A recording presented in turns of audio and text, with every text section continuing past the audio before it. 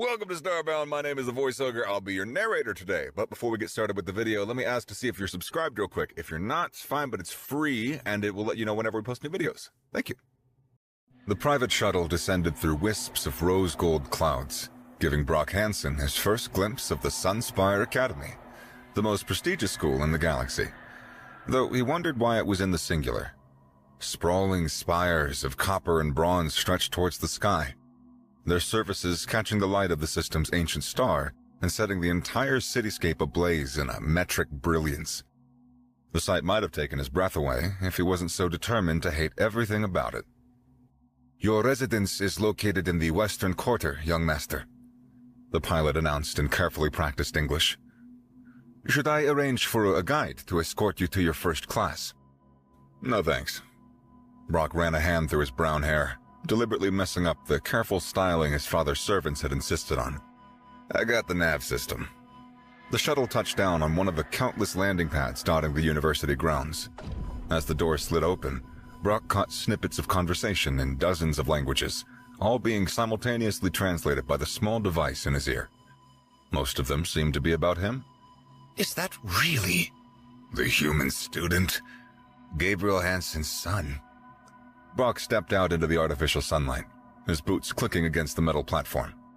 The temperature was perfect, the gravity exactly Earth normal, and even the air had been carefully filtered to remove any trace of the native atmosphere. My father's influence at work, no doubt. The thought made his jaw clench. The gathered crowd of students gave him a wide berth as he strode past. Some of them were Aryans, their metallic skin glinting with complex facial patterns that marked their age and status. Others were blue-skinned Tripians, who moved with an almost artificial grace, or hulking Gords, whose pale forms towered over their peers. Still, others belonged to species Brock couldn't even begin to identify, despite the crash course in xenobiology he'd been forced to take before arrival. He pulled up the campus map on his personal device, deliberately ignoring the countless eyes following his movement. The Sunspire might cover all of a small planet, but finding his first class wasn't exactly rocket science. Although, given where he was, that would probably be covered in the afternoon lesson. Human history. Of course, that would be his first class. He'd chosen it partly because it was one of the few courses still accepting transfers this late in the term, but mostly because he figured he would coast through it. After all, how hard could it be to learn about your own species? The classroom itself was housed in one of the smaller spires, though small was relative when discussing architecture that would dwarf most Earth skyscrapers. Brock paused in the doorway, taking in the tiered rows of seats filled with an assortment of alien students. A gangly wolf-like creature hunched over a datapad in the front row, while a particularly massive Gord occupied most of a bench in the back.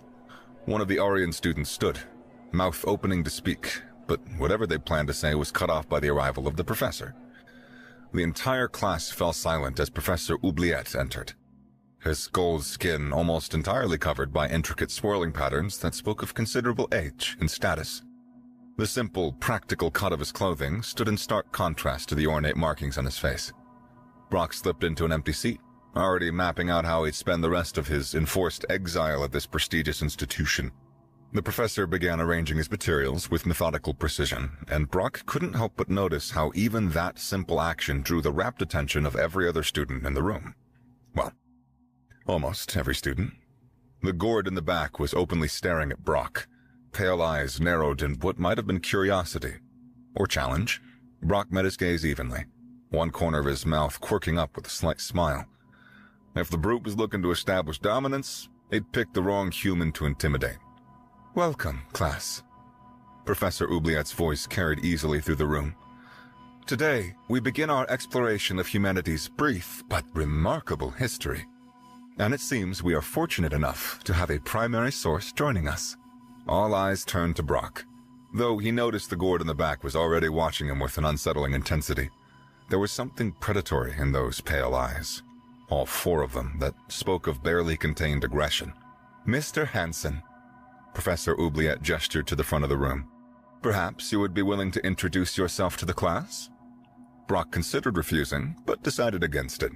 No point in antagonizing the professor on day one. He rose and made his way down to the presentation area, aware of the mix of curiosity and apprehension in the gathered students' expressions. "Name's Brock Hansen. he turned to face the class, hands casually tucked into his pockets. From Earth, obviously. Probably the only student here who didn't actually apply to attend. A ripple of confused murmurs spread through the room. The wolf-like student in the front row, some species from the Porthian Combine, Brock guessed, looked up from his datapad for the first time, brown eyes studying Brock with unexpected intensity behind thick-rimmed glasses. "You didn't apply?" Professor Oubliette's face shifted to a curious look, causing the patterns on his skin to appear as if they move and shift. "Yet, you were accepted to the most prestigious university in known space?" "My father decided it'd be good for me," Brock shrugged. "Something about the historic significance of being the first human student here. I'm pretty sure he just wanted me out of the way for a while." More murmurs, these tinged with shock at his casual dismissal of such an honor. In the back, the gourd's nasal openings flared as he let out what might have been a snort of derision. The movement drew Brock's attention to the crude, heavily armored clothing the alien wore, the kind that skirted the edge of what was legally permitted on the campus. "I'm sure there's quite a story there," Professor Oubliette said diplomatically. "But perhaps we should begin with our scheduled material. Please, take your seat, Mr. Henson." Brock returned to his spot, noting how the other students shifted slightly away from him. Whether it was his species or his attitude that made them uncomfortable, he couldn't tell. The wolf student was still watching him, head slightly tilted in what might have been curiosity. A few rows back, an Orion student with particularly intricate copper tone patterns leaned forward to whisper to their neighbor. "Can you believe the arrogance? Even for a Deathworlder." "At least the gourds admit what they are," came the whispered reply. "This one acts like he's at some pleasure resort." Brock pretended not to hear, though he filed away the term Deathworlder for future reference. He'd encountered it in his preparatory materials, but he hadn't realized it was a common designation for humans. The fact that they lumped his species in with the gourds was interesting, if not particularly flattering given his limited exposure to their culture so far.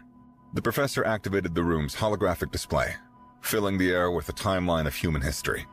The projection cast everything in a soft blue glow that made the metallic skin of the Orion students shimmer and caught the edges of the gourd's armored clothing in sharp relief. "Today, we begin our exploration of humanity's development as a spacefaring species," Professor Oubliette began, his voice carrying easily through the room. "But to understand their remarkable journey to the stars, we must first understand their equally remarkable capacity for conflict." Brock settled back in his seat, wondering just how much these aliens thought they knew about humanity's capacity for anything.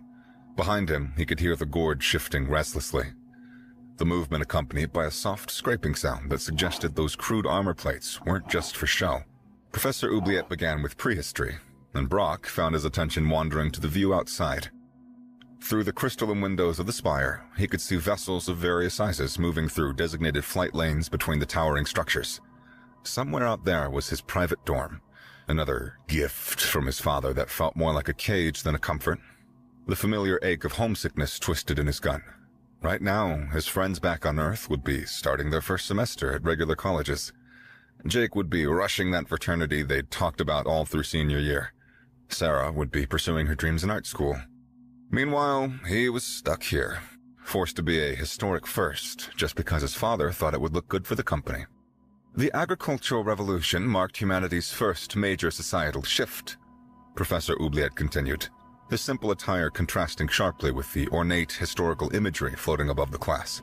Unlike many species who developed agriculture through careful observation and experimentation, humans essentially stumbled into it through trial and error.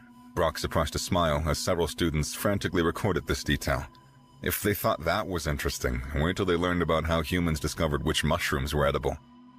Though, given how his fellow students had reacted to him so far, maybe that particular detail would do more harm than good to humanity's reputation. The wolf student in the front row hadn't taken a single note, Brock noticed. Instead, he seemed to be working on complex mathematical formulas that had nothing to do with the lecture. Yet every time the professor posed a question to the class, those eyes behind the thick glasses would dart up, and a quiet but perfectly accurate answer would follow. A sharp scraping sound drew Brock's attention back to the gourd, who seemed incapable of sitting still in his armored outfit. The pale alien's aggressive posture reminded Brock of the bullies he'd dealt with back home, all bluster and intimidation, usually hiding deep insecurity. Maybe some things really were universal. Of course, the development of bronzeworking led to significant changes in human warfare, the professor continued, his patterns glinting in the sunlight through the window as he paced.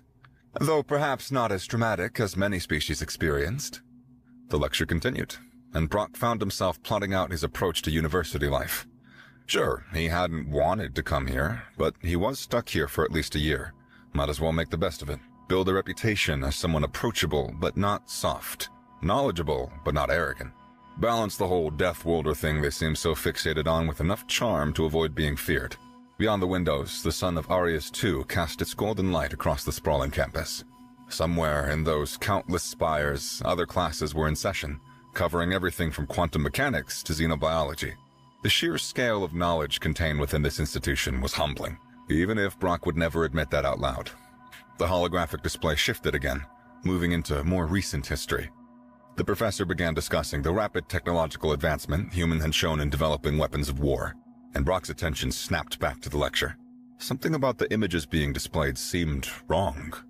Professor Oubliette manipulated the holographic controls with practiced ease, zooming in on specific segments of the timeline. Human history is marked by near-constant conflict, a trait they share with the Gordic Empire. However, unlike the Gords, whose warfare is deeply ritualistic, human conflicts often arose from complex sociopolitical factors. The professor's voice and eyes were both alight with enthusiasm as he spoke. Their weapons technology evolved rapidly, from simple projectile weapons to increasingly sophisticated variants. The hologram shifted to display various human weapons throughout history. Brock found himself leaning forward despite his earlier disinterest. Something about the images seemed off. This example, the professor indicated what appeared to be an assault rifle, is particularly interesting. The AK-47, humanity's most produced weapon. Designed for reliability over accuracy, it exemplifies their pragmatic approach to warfare. Except that wasn't an AK-47. Brock frowned at the image, recognizing the distinctive carrying handle and sight assembly of an M16. Before he could stop himself, his hand was in the air. The wolf student's ears twitched at the movement, his glasses glinting as he turned to look at Brock. In the back of the room, the Gord's spines bristled with what might have been anticipation or disruption. Yes, Mr. Hansen? Professor Oubliette raised a single brow, the patterns upon it shifting up in much the same way a normal eyebrow would. You have something to add? Actually, Professor, that's not an AK-47. It's an M16. Probably an A1 variant given the length of the flash hider. The AK has a more distinctive profile, a curved magazine, gas block above the barrel, and that sort of thing. The room fell silent. Even the perpetual scratching of data pads ceased as every student turned to stare at him. The professor's head ticked down slightly, and his cheeks shifted in a way that caused his facial patterns to brighten slightly as blood flowed. Brock had read that this was, among Aurians, considered a sign of intense interest. Fascinating. Professor Oubliette adjusted the display. And this one? Another example of early projectile weapons? The image changed to show what the professor clearly thought was a different rifle. Brock couldn't help but smile. That's also an M16. It's just the A2 variant. You see the adjustable rear sight and the round handguards? Well, the A1 had triangular ones. A low growl emanated from the back of the room as the Gord leaned forward, the movement causing his armor plates to scrape against each other. You seem to know much about killing human. The way he said human made it sound like an insult.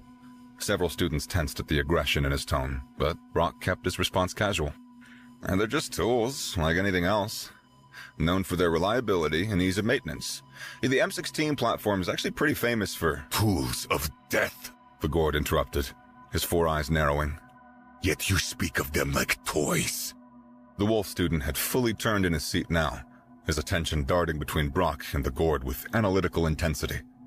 Other students were shifting uncomfortably, clearly unused to such confrontational exchanges in their classes. Professor Oubliette's expression was becoming progressively more difficult to read, as his emotions made him gesticulate more vibrantly. Perhaps, Mr. Hansen, you could explain how you came by such detailed knowledge. Are you perhaps from a military family? Not exactly. Brock considered his next words carefully, aware that he was already developing a reputation. But there was no point in hiding it. They'd find out eventually. I just enjoy sport shooting. It's a hobby. The resulting silence was deafening. Someone's datapad clattered to the floor, the sound echoing through the suddenly still classroom.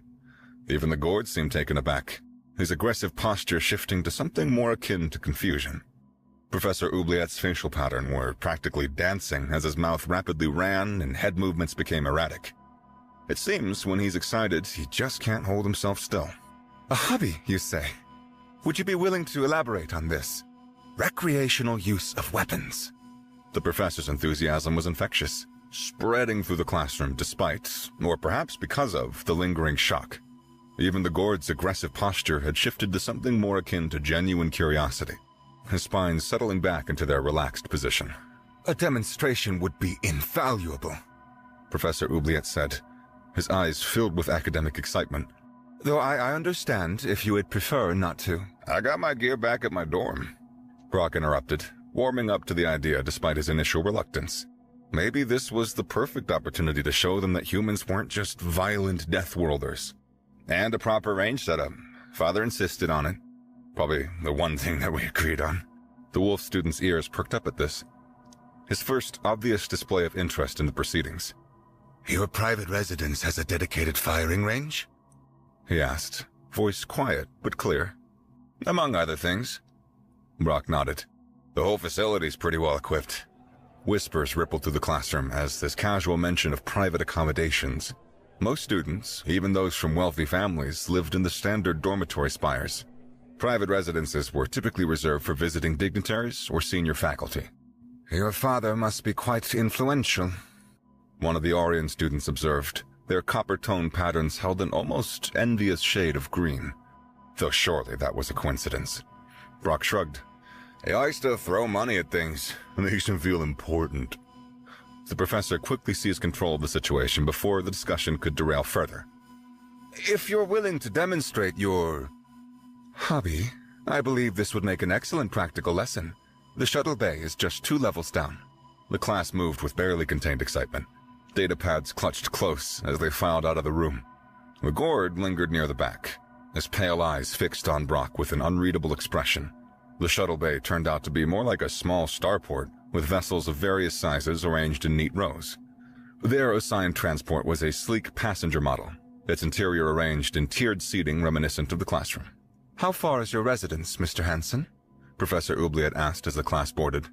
It's about 20 minutes by shuttle, Brock replied, settling into a seat near the front. It's in the western quarter, near the atmospheric processing complex.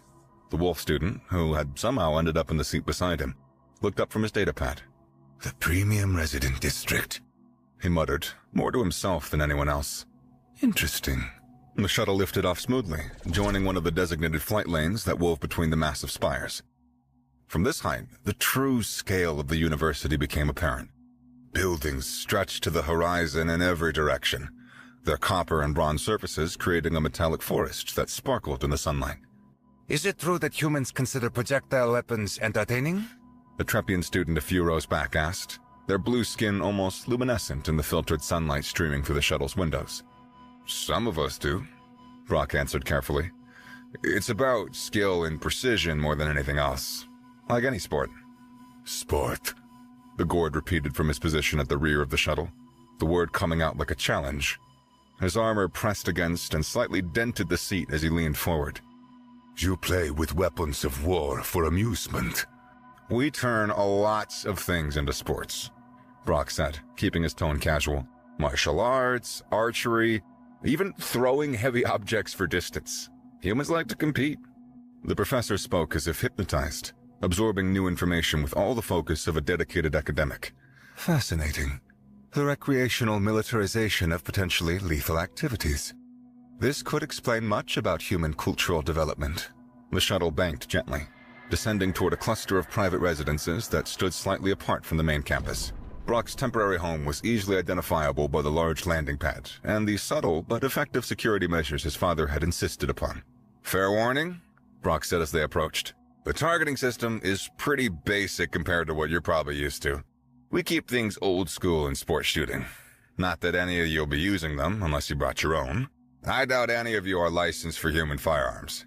The private residence turned out to be a moderately sized dwelling by galactic standards, though it would have qualified as a mansion back on Earth.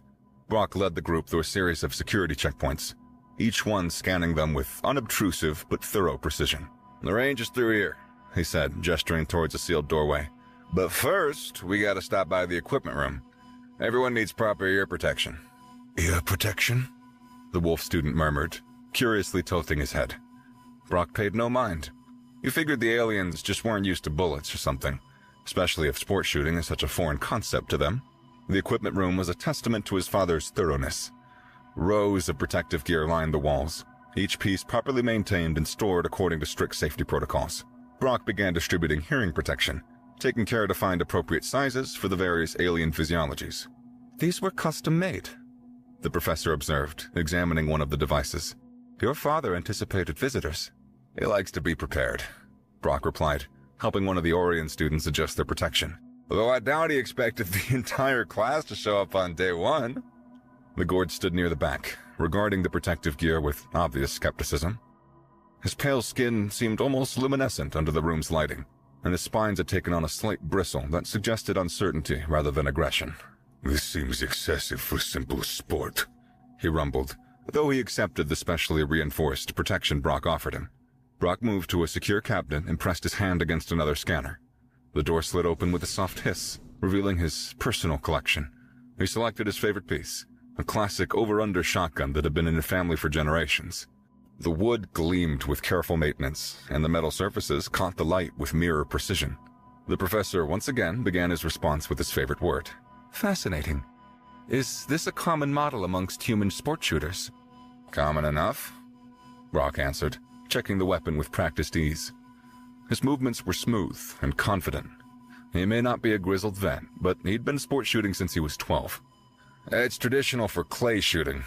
Speaking of which..." He pressed another control, and a section of the wall slid aside to reveal a rack of clay pigeons and the launching mechanism.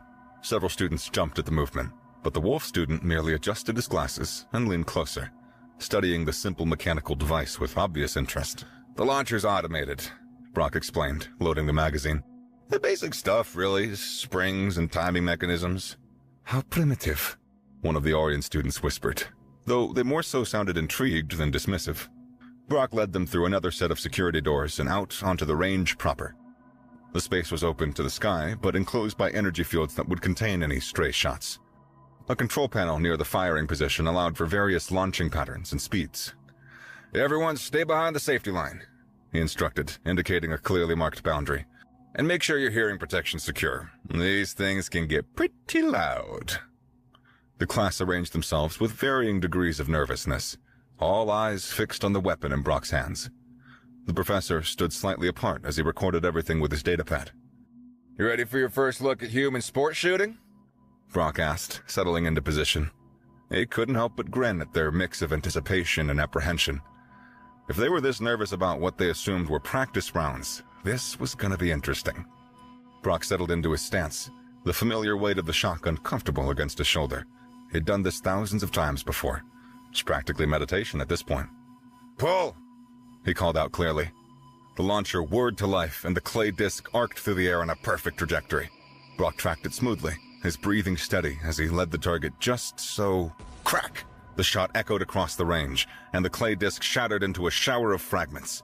For a moment, there was absolute silence, save for the tinkling of ceramic shards hitting the ground. Then, someone screamed. The class erupted into chaos. Several students scrambled backwards, nearly tripping over each other in their haste to get away. One of the Orion students actually fainted, their golden skin gone notably pale.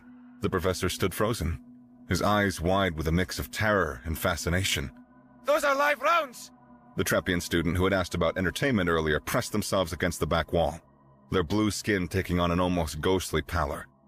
"He's firing actual ammunition!" Brock lowered the shotgun immediately, making sure to keep it pointed downrange. Wait, hold on. Do you think these were blanks or something?" "Of course we did," another student called out from behind an equipment rack. "What kind of educational institution allows live weapons?"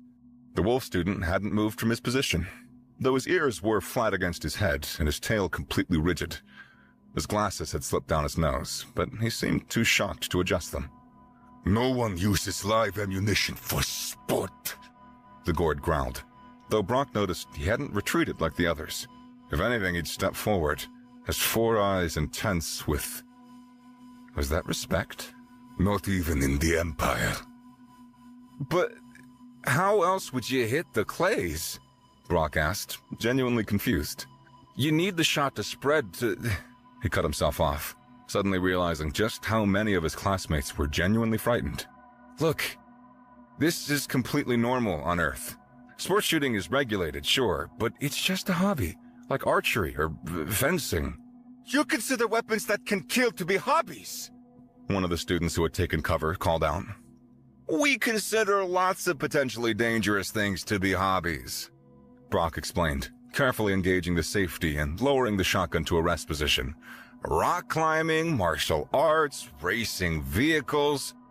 Humans enjoy testing ourselves against risk. Professor Oubliette had finally recovered enough to step forward, though he maintained a respectful distance from the weapon. You mentioned this was common on Earth? Sure. There's shooting ranges in most cities. Competition circuits, training programs, hunting clubs. It's a whole industry. Probably millions of people participate worldwide. This revelation seemed to shock them almost as much as the gunshot had. The wolf student's ears had perked up slightly, his scientific curiosity apparently overcoming his initial fear. Millions? The professor's voice cracked slightly. Participating in live fire exercises for entertainment? Well, when you say it like that, it does sound weird, Brock admitted. He gestured to the range. But look, everything here is completely safe. The containment fields, the safety protocols, the proper equipment. Nobody gets hurt because we take the proper precautions. The Gord moved closer, his pale skin seeming to gleam in the sunlight as he examined the shotgun with new interest. Your people train with real weapons. For fun? The tension in the air began to ease as the students realized Brock wasn't about to go on some kind of rampage. Several emerged from their hiding spots, though they maintained a healthy distance from both Brock and his weapon. Perhaps, Professor Oubliette ventured, his voice steady despite his lingering wariness. You could explain more about these safety protocols. Brock walked them through the basic rules of range safety, the certification process for sports shooters, and the various regulations that govern recreational shooting on Earth. With each detail, he could see more of his classmates relaxing, though none of them volunteered to try it themselves when he jokingly offered. The wolf student had produced his datapad again, fingers flying across its surface as he documented everything. The psychological implications are fascinating, he muttered. A species that deliberately seeks out controlled danger for recreation. Waste of good ammunition, Bjorngir rumbled, his spines bristling. On my world, we hunt living prey. Tests against cunning, not clay discs that fly in predictable paths. Yeah? Try hitting one first, Brock challenged, unable to help himself. These trajectories might just be predictable, but that doesn't make them easy. The Gord's 4 eyes narrowed, but before he could respond, another student spoke up. Do many humans participate in such aggressive recreation? Atrapian asked, their blue skin still notably pale. Or is this something unique to your social class? It's pretty common among most levels of society, Brock explained. Though, yeah, having your own range is definitely a rich kid thing. Most people use public facilities. Professor Oubliette had regained his scholarly composure. This explains much about human integration into galactic society. Your species appears to have normalized activities that most civilizations reserve for military training. Or ritual combat, Bjorngir added, his pale skin catching the sunlight as he shifted his massive frame. Though, at least those serve a purpose. This is mere entertainment. The way he said it made it sound like an insult, but Brock could see the calculating look in those 4 eyes. The Gord was reassessing him, trying to square this new information with whatever preconceptions he'd held about humans.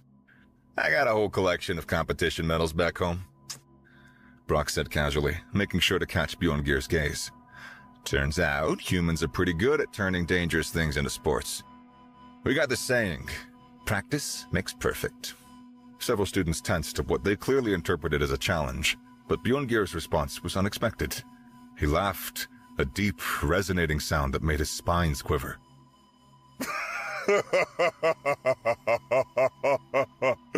So, the Deathworlder has fangs after all. He rumbled. But remember, human, some of us were born with ours. The wolf student's ears twitched at this exchange, his eyes darting between them as he added more notes to his pad. The rest of the class seemed unsure whether to be more or less worried about this apparent understanding between the two Deathworlders. "Would you be willing to continue the demonstration?" Professor Ubley had asked, his scholarly interest clearly overcoming any remaining apprehension.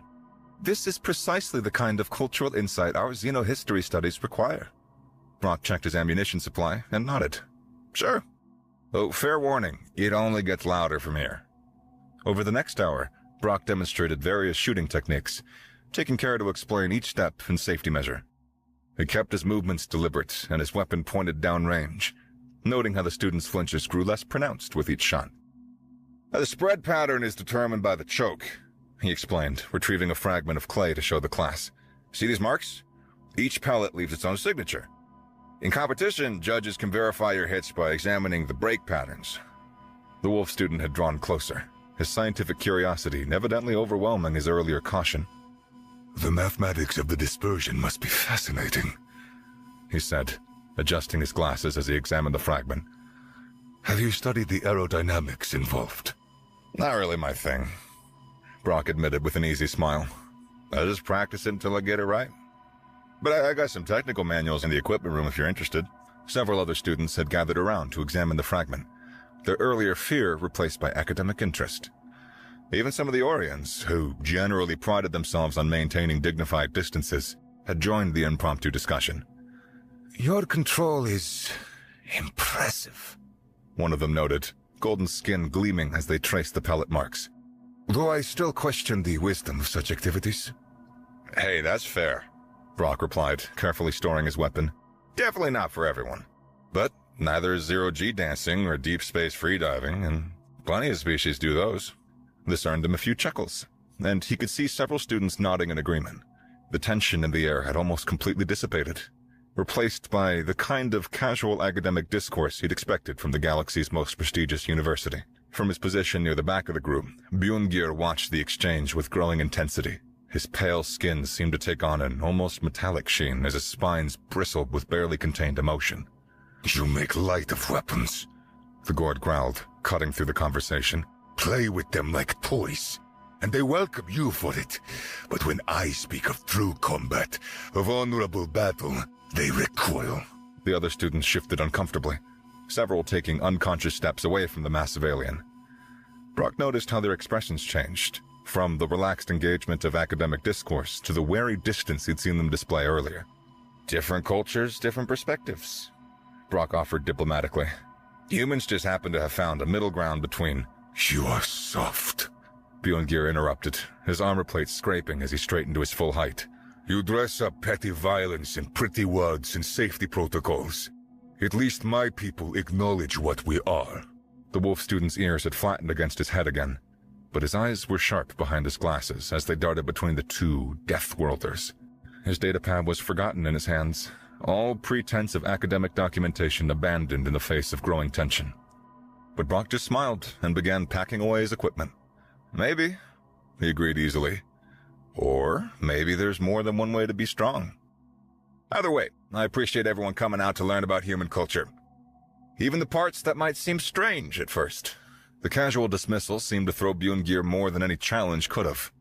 Several students visibly relaxed, and the professor seized the opportunity to begin herding everyone toward the shuttle. As they filed out, Brock caught fragments of conversation that made him hide a smile. "Did you see how careful he was with the safety protocols?"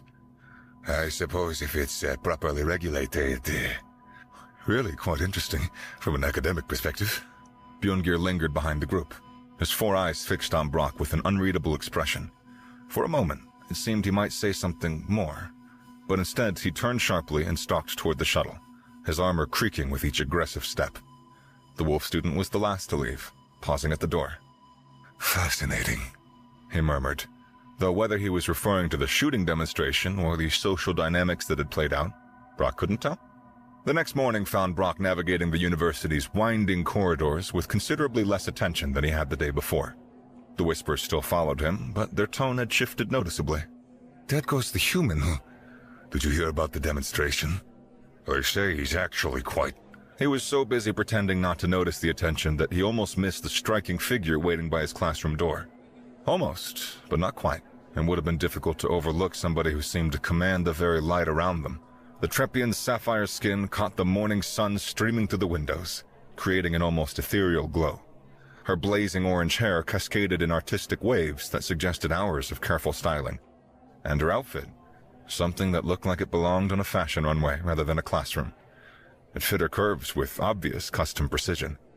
"You must be Brock Hansen," she said, her voice carrying the practiced melody of someone used to being listened to. "I am L'Oreal Trinidad." She said the name as if it should mean something to him. Given the way every other student in the corridor had stopped to watch this interaction, maybe it did. "Nice to meet you," Brock replied simply, moving to step around her towards the classroom door. Her perfect smile flickered for just a moment. "I heard about your demonstration yesterday. How fascinating that humans have found a way to make art from warfare." She stepped closer, her movement deliberately graceful. "Perhaps you'd like to discuss it over dinner? I know a lovely place in the upper spires." "Thanks, but I already got plans," Brock said, not breaking stride as he entered the classroom. It wasn't even technically a lie. He did have plans. They just happened to involve ordering food to his dorm and calling his friends back on Earth. The silence that followed him into the room was absolute. Even the professor, already present and arranging his materials, seemed frozen in place. The wolf student's ears were standing straight up, his glasses slightly askew as he stared openly instead of pretending to study. L'Oreal stood in the doorway, her composed expression cracking just slightly around the edges. "I don't think you understand," she said, her voice losing some of its musical quality. "I am L'Oreal Trinidad." "Yeah, you mentioned that," Brock replied, settling into his seat and pulling out his datapad. "Like I said, nice to meet you." A Trepian student near the back actually gasped. In the corridor beyond, dozens of faces peered in with expressions ranging from shock to horror to barely concealed delight. L'Oreal opened her mouth, closed it, then opened it again. For possibly the first time in her life, she seemed at a loss for words. Finally, she turned on her heel and strode away, her perfect posture radiating indignation with every step. As conversation slowly resumed around him, Brock caught a whispered exchange between two Aryan students. "He just rejected the L'Oreal Trinidad?" He really does have dangerous hobbies. I hope you enjoyed that story. Click right here to watch another video with the same characters.